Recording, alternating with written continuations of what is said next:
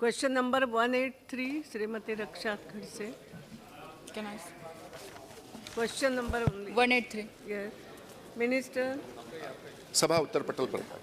पूछिए। वही सभा उत्तर पटल पर। धन्यवाद मैडम। मैं आपके माध्यम से पूछना चाहती हूँ कि national apprenticeship certificate issuing authority पहले लेबर और एम्प्लॉयमेंट मिनिस्टर के पास थी, लेकिन उसे बाद में स्किल डेवलपमेंट की तरफ शिफ्ट किया गया और उसी दरमियान ग्रुप डी के सब्स्टिट्यूट नोटिफिकेशन 2016 में निकले थे कि जिन बच्चों ने अप्रेंटिसशिप 2016 से पहले पास आउट हुए उन्हें ग्रुप डी में कंसीडर किया जाएगा, लेकिन उसी वक्त सर्टिफिकेट डिले होने के कारण 469 बच्चों को ग्रुप डी के जॉब से वंचित रहना पड़ा। क्या मिनिस्ट्री इसके बारे में कुछ आगे सोचेगी क्या? धन्यवाद।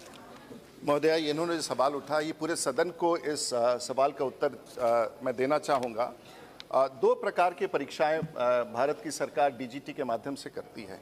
एक है ऑल इंडिया अप्रेंटिसशिप एग्ज़ाम और दूसरा है all India trade test craftsman, जो ITIs की परीक्षा होते हैं।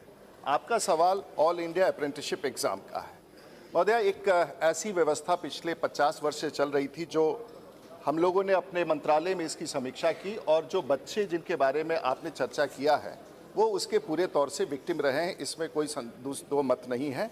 और इसके लिए मैं ये बताना चाहूँगा कि इसकी जो व्यवस्था थी उसमें ये होता था कि जो बच्चे ITI पास करने के बाद अप्रेंटिसशिप करने के लिए किसी फैक्ट्री में या किसी कंपनी के पास जाते थे और वहाँ 1 साल की ट्रेनिंग या 8 महीने की ट्रेनिंग हो जाने के बाद ये आवश्यक था कि उनकी परीक्षा फिर से ले जाए।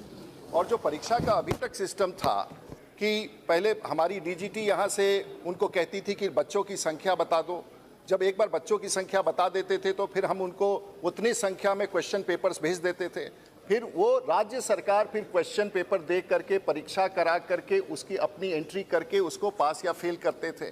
पास या फेल करने के बाद फिर हमारे पास कहते थे कि आप हमको खाली सर्टिफिकेट DGT का भेज दो।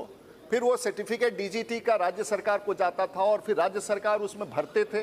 फिर वो सर्टिफिकेट भरने के बाद फिर वापस DGT के पास आता था दस्तखत करने के लिए, और ये परंपरा 50 साल से चल रहा है, जिसका कोई मतलब ही नहीं था कि एक सर्टिफिकेट।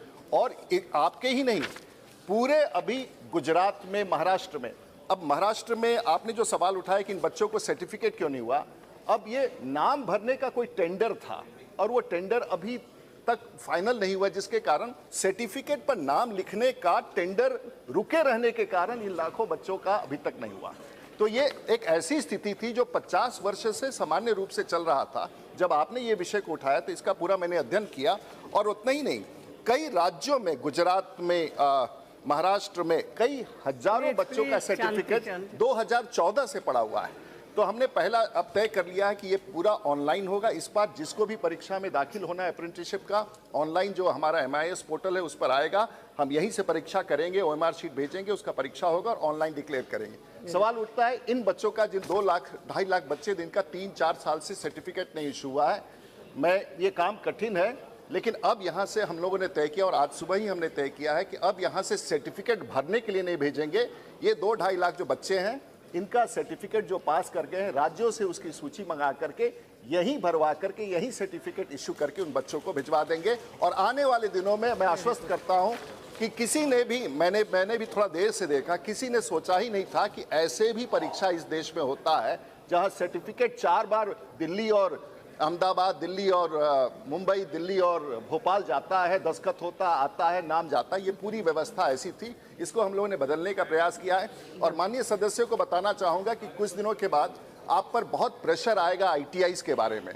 हम लोगों ने तय किया है कि ITIs का पूरा मॉडल रिवैम्प कर दें, ताकि आने वाले दिनों में जिन बच्चों के साथ दुर्दशा होता है उनकी परीक्षाओं को लेकर के, उनके गुणवत्ता को लेकर, इसको दूर करने का हम प्रयास कर रहे हैं। आपके प्रयास से इस 4 लाख बच्चों का सर्टिफिकेट थोड़ा वक्त लगेगा, दिल्ली में भरवा करके दे सकेंगे, ताकि ये बच्चे विभिन्न पब्लिक सेक्टर अंडरटेकिंग्स वगैरह में अपना आवेदन समय दे सके। आपने इस प्रश्न को उठा करके देश के 4 लाख बच्चों का बहुत बड़ा कल्याण किया। आपने भी निर्णय अच्छे करके बच्चों के दृष्टि से सोचा।